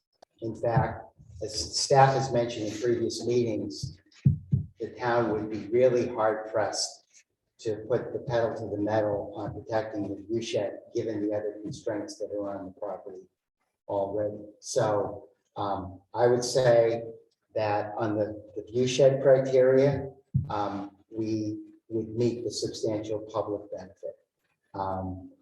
As we talked about last time, given the amended development plan that we've proposed, we've increased the amount that would be offered for dedication to the town up there along Mountain View Road and Old Stage Road. So basically increasing it by roughly 50%.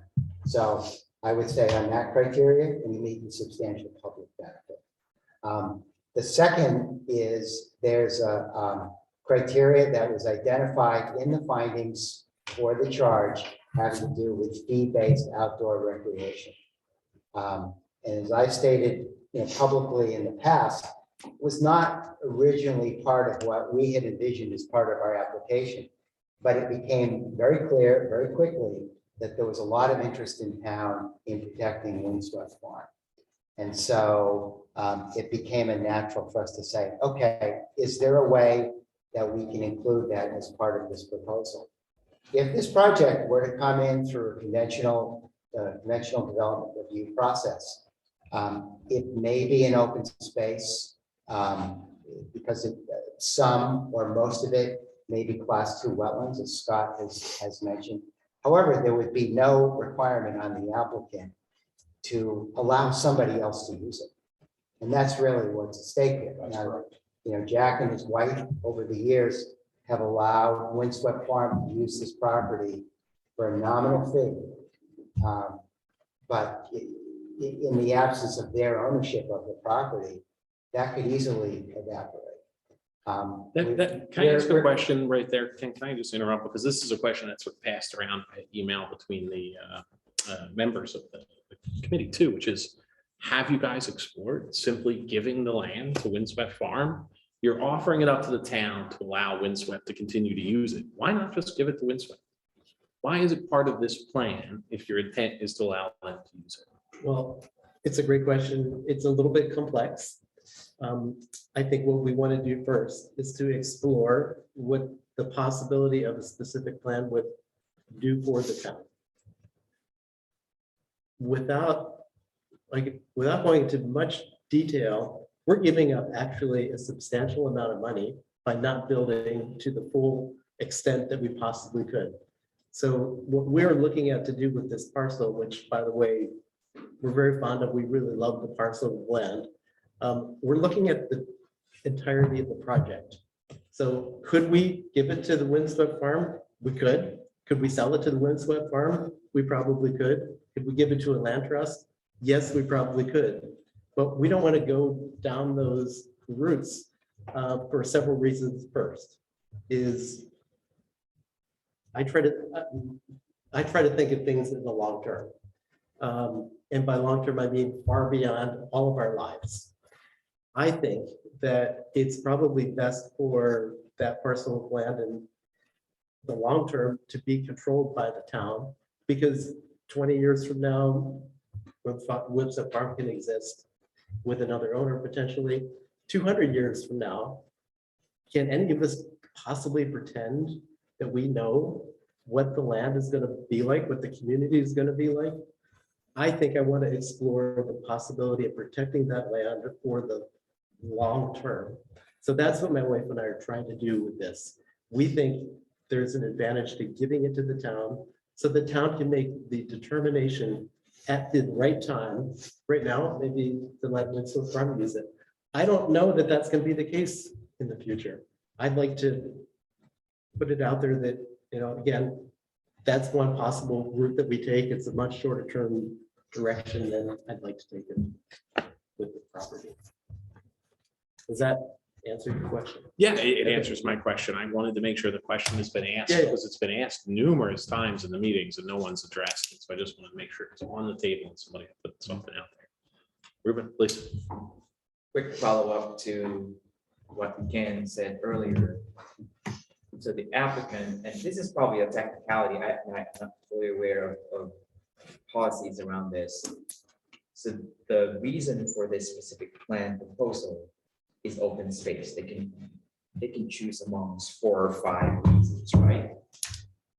And so the Windswept Farm, by way of fee-based recreation, outdoor recreation, was brought into the picture.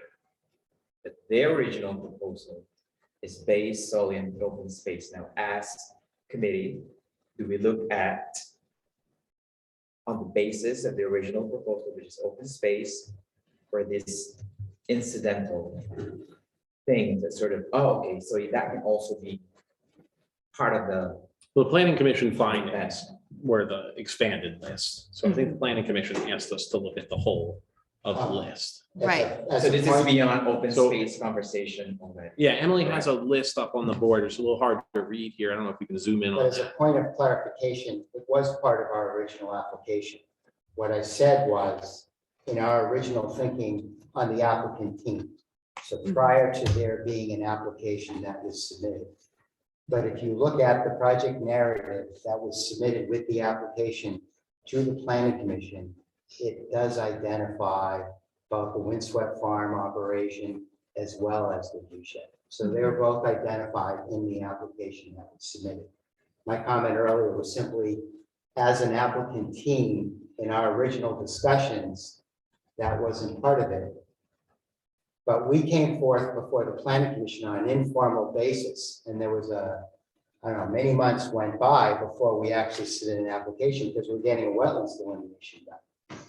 And as part of that, and during that increment of time, there was a lot of public comment that was received, and the staff archived that on the town's website.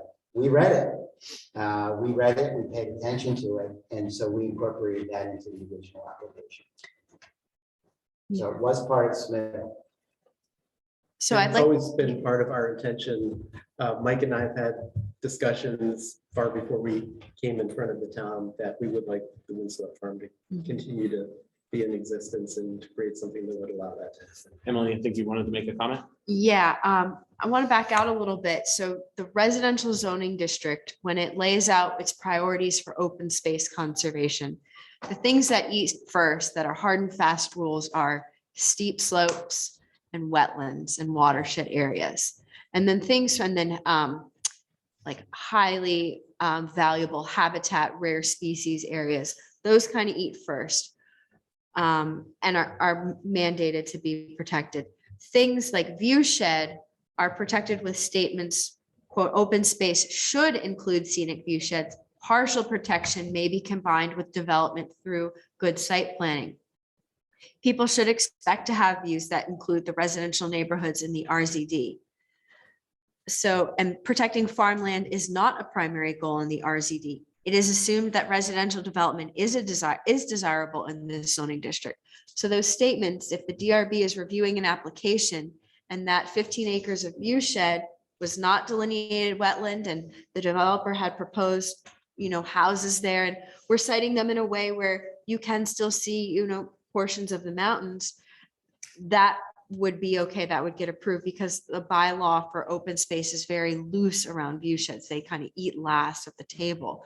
And what the applicant has done here is not only designated on the site plan, but go above and beyond by giving the offer to the town. In our open space requirements as well, growth management incentivizes a little bit that permanent protection, but it's not an outright requirement. So for the applicant to be, for the view shed, which kind of is co-used as working landscape with the hayfield, is going above and beyond in terms of its site layout when I read the standards of the bylaw, and then above and beyond by giving that dedication. And I think it's similar for the pasture in the forest as well. Lisa, you brought this topic up originally by email, I think, a couple weeks ago. So you really want to talk about this at the meeting. Do you want to add any comments? I don't mean to put you on the spot. Just wanna make No, I sure think you- I understand it. At this point, how the town views all this. I'll put my opinion out there, which is I agree with what you said, Jack. I think that there is a distinct difference between the other remedies of trying to preserve Winslow Farm, preserve the view versus just getting the land to the town who can preserve it indefinitely. There's no conflict of interest. I don't know that a land trust would be interested. It's a pretty small parcel as these things go. It might be complicated and it might not achieve the same goals long term. Like I think giving this land to the town, this is 58 acres worth of what I think of as at the center of where everyone is so concerned about sprawl. Everyone talks about all the houses getting built, all the houses getting built. And I think most of the time, those comments are coming from people who live in and drive through the RZD. And I think they drive by that view and they think to themselves, God, this is just going to be filled with condominiums one of these days. And enough so that it made it right into our town plan to say, hey, we want to preserve this view shed. We think of this as sort of integral to Williston. And I know when I drive up and down Mountain Road to go pick up my kids at my ex's house twice a week here, I love that view. And I see why it's something people want to preserve. And I like that you guys have come to the table and said, hey, listen, we have all this land. Maybe we can't build on it all, but somebody could do something. We could go to the HOA, go to this, go to that, go to the land trust. We want to just give it to the town. I think there's a lot of benefit in the town taking this over, even if a large part of it isn't going to be built on anyway, because I agree that 15-ish acres now that's at the front, preserving the view shed, I think is worth it. So I think the substantial benefit is there relative to the impact on growth management as I see it today. I'm just putting that out there as sort of where I'm sitting. I don't know where the rest of my committee members, if they want to be as forward as I am and sort of volunteering their opinion at this point. That's where I'm at right now. Looks like you want to make a comment. Yeah, as we're right at 7, I'll be quick, but we've been talking about the benefit. I think it's also important to understand fully what we're asking for. We're asking for 2 things. The growth management piece, we've hit a bunch, what I think is a minor ask of more than 40 units off a private drive, and then or off public access, one access, it's usually 40, we're at 67. What I think is a fairly minor ask. The growth management is definitely at the forefront. Now, we're asking for 18 units over 6 years. Now, if this project was to enter the growth management process, scoring 52 points a year, Catamount with 68, 70 points has been basically cleaning up every single year. But a 52-point score would make us competitive with Catamount. On any given year, we could be getting 8 to 10 units easily a year. So we're asking for 18, but really we're asking for 10. And I think that's, yes, it's more than the typical number in the RZD that would be given out that year. But based on solely this project, if we went through the other process, I think easily we'd get an 8 to 10, and we're asking for 18. So really it's an addition of 10. It's an addition of 10 to you. Yep. An addition of 18 to the town. Understood. To be clear, because someone else will take up the 8 to 10, Yep. you don't. Understood. So for you guys, it's 10. For us, it's 18. Yep. That said, it's 7 o'clock. Mhm. We certainly aren't going to come to a conclusion on this topic. I'll say, let's table this, make it the opening topic for the next time. But then assuming we can get through this topic and people agree it's sort of worth, advising the applicant to continue, maybe it's not, maybe that's where we get next time. But assuming they do, what would be the next thing we should be reviewing in the charge? What's the next item down after growth management? And that's a good brief segue. I have a deliverables tracking table just to help keep all the things in mind.